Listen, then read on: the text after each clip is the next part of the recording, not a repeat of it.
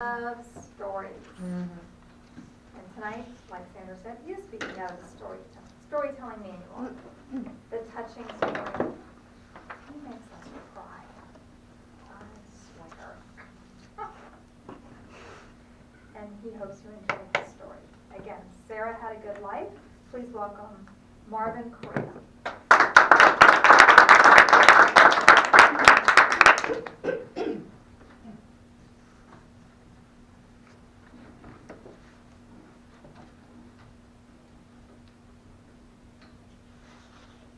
Sarah had a good life. She actually had a spectacular life.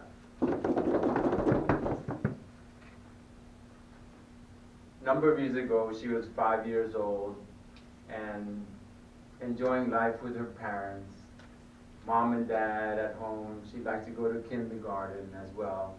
She was a nice, short, little chubby redhead, had a lot of freckles, very happy, always smiling, enjoying life. There was one particular tree that she enjoyed hanging around when she was 5 years old going to kindergarten. Always by the tree. It was like her best friend almost. As she grew up, continuing to enjoy life, she came to be 10 years old. At the time, her parents liked to travel to different places by car. On this one particular occasion, it was a dark, rainy night. The father was a bit tired. He was driving. In this occasion, there was also a truck driver driving in the opposite direction. Unfortunately, you might be able to guess, there was an accident. And both parents didn't make it. Naturally, Sarah was very sad because this happened. And she didn't have any close relatives that she could immediately take her in. She ended up in the foster care system. She went from family to family, and as she grew up, she wasn't as happy anymore.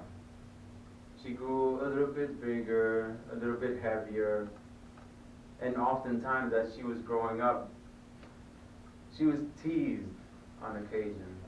There was one particular boy, Aaron, who was very persistent in his teasing. She would be sitting down at the cafeteria table, just minding her own business, eating her lunch, and he would come up all of a sudden. Ha! What are you doing there all by yourself? And then just flip her tray, and then walk away, his friends laughing at her.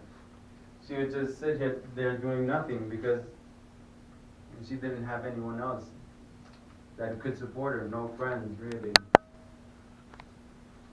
She didn't have any family that was close either. And she continued to grow up. Aaron, unfortunately, was also in the same grade as she was. So as she went through middle school, he was in the same grade and naturally would continue to press on. This did not help her self-esteem, of course. She was getting, again, a little bit heavier. And he would go, at the time of high school, when they started ninth grade, one of the things that he enjoyed doing, he would get gum and put it at the handle of her locker, and then she would go and open her locker and, sticky. He would go and, you're so fat, you're so ugly. What are you doing? Why don't you just go? Nobody wants you here. Of course, she would go to her classroom, head down, depressed. She would go home and tell her foster parents about what had gone on. She said, you gotta be stronger. Don't just ignore them. Don't worry about it. She would go to a counselor and tell the same thing. They would call Aaron into the office, but it was for nothing. He just continued on. He might get a detention every now and again, but it still persisted. He was a good student in the sense that he had good grades. He was in the sports teams as well. He joined football. So he's a popular kid. But it was constant, constant, constant. And the thing is that other people joined in on the bothering and the teasing. And nobody was there really to help her. There was one friend that she had that on occasion she would listen and she would say the same thing. No, just ignore them, don't worry about it. Or talk to your parents or to the teachers. She would try that. And the parents and teachers would all act the same. You gotta be tough, you gotta be stronger, you gotta defend yourself. But without a real example of how to do that, she didn't really know how. So she would cower away. She'd see Aaron coming down the hall. Oh no, she'd walk in another direction, trying to avoid as much as possible that contact that always made her feel melancholy and sad and depressed. Come along a couple of years ago, she turned 15.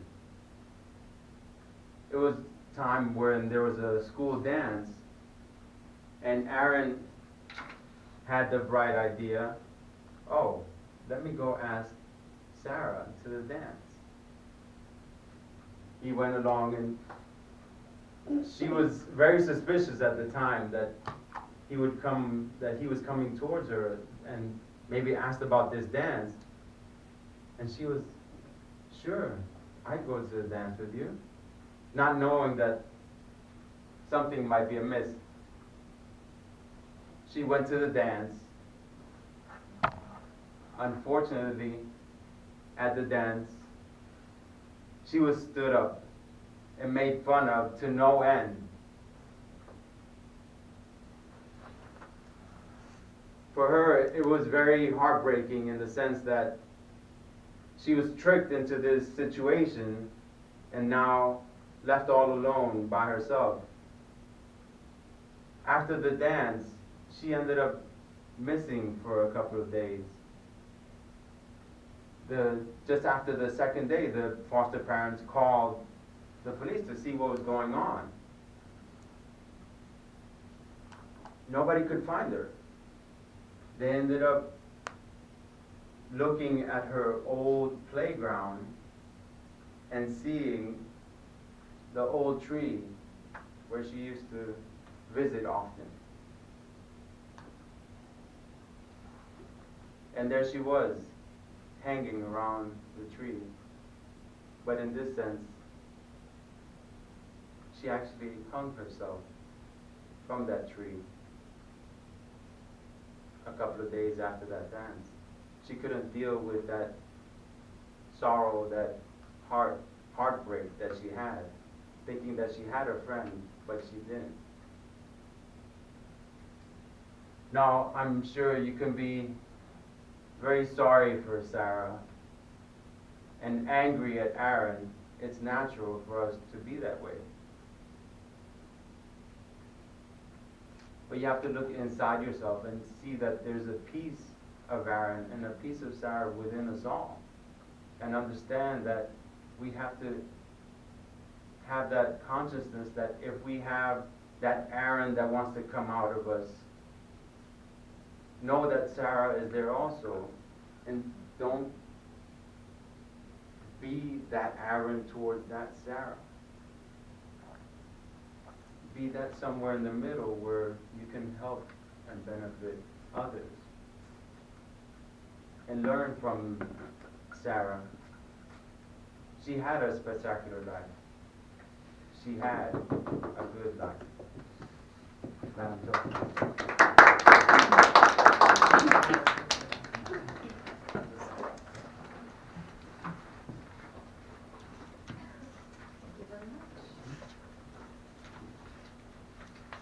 Josh, can we have a minute on the clock, please? Thank you. You can take your ballots. Actually, Josh, while I have your attention, did both of our speakers qualify? Unfortunately, neither speaker qualified. Oh, Oh, well, there you have it. Were So- they a little spectacularly verbose?